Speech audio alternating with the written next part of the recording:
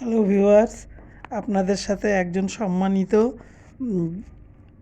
ভিউয়ার্সের comments পড়ে শোনাবো। কমেন্টসটি ছিল এরকম: আপু, জায়গা জমি ভাগ হচ্ছে দেখে এখন আবার শ্বশুরের পা চাটতেছে তানু মণ্ডল ডাইনির পরামর্শে, অথচ এই শ্বশুরকেই কত কথা শুনিয়েছিল।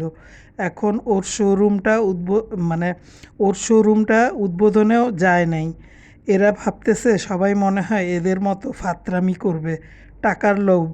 আর কুষ্টিয়ার মানুষ এত সহজ না যতটা ওরা ভাবতেছে। খুকির ঘটনায় ভিউ দেখে এখন তানু মণ্ডলও লোভ সামলাইতে পারে নাই ডলারের জন্য।